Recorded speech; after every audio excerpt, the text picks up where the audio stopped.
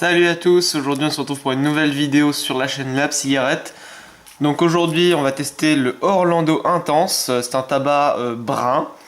Donc il n'y en a pas énormément des tabacs bruns aujourd'hui, mais celui-là il est brun et il est vraiment très très fort.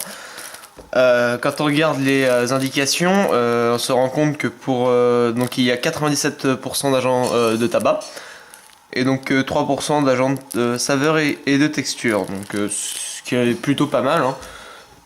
Moins il y a d'agents de texture, mieux c'est.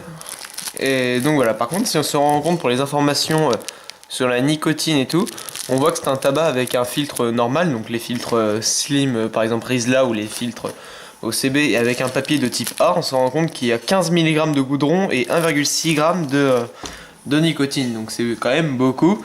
Il faut savoir que sur une cigarette industrielle classique, il y a en général au maximum, c'est limité à 10 mg de goudron, donc là il y a déjà une demi-clope industrielle en plus par roulé.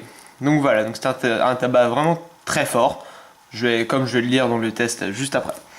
Donc pour ça j'utilise des Rizla Plus comme filtre, ce sont des filtres Slim, voilà, et des feuilles OCB Premium. Donc c'est l'attirail classique, en général on prend des OCB Slim, ou voilà, donc moi ils avaient plus que les Rizla Plus, donc j'ai pris les Rizla Plus et les feuilles OCB. Voilà, donc on va tout de suite passer pour le test du goût et de la fumée, et donc on se retrouve à tout de suite.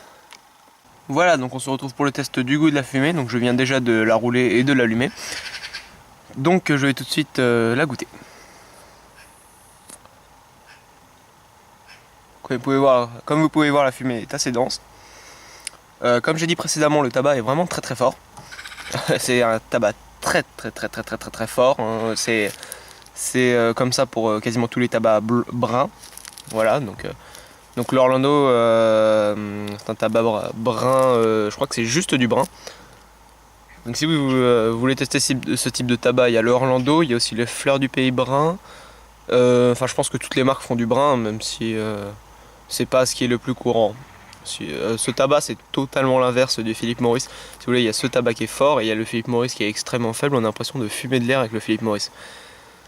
Voilà, donc personnellement moi je le conseille si vous avez envie de tester tout ce qui est fort ou trucs comme ça, vous pouvez le tester. Moi j'en rachèterai pas, hein. C'est pas un tabac sur lequel j'ai vraiment aimé. Tout simplement parce que j'aime bien les tabacs qui sont bien dosés, comme le drum ou je sais pas moi, des choses comme ça, c'est-à-dire des tabacs bien dosés. Ce qui est de la coupe de ce tabac, il est bon là je suis sur la fin du paquet, mais c'était relativement pareil pour le début. Il est assez sec et la coupe est très fine. C'est une coupe très fine et assez sèche, assez sec. Voilà, donc il est sous cette forme normale. C'est pas mal pour rouler, hein, parce que ça permet de bien doser quand le tabac est bien coupé comme ça. Donc voilà, donc c'était le test du Orlando. Je suis ouvert à toute proposition, donc si vous voulez que je fasse n'importe quel test sur n'importe quel tabac, vous le mettez en commentaire. Je verrai celui qui comment dire, est le plus souvent présent dans les commentaires.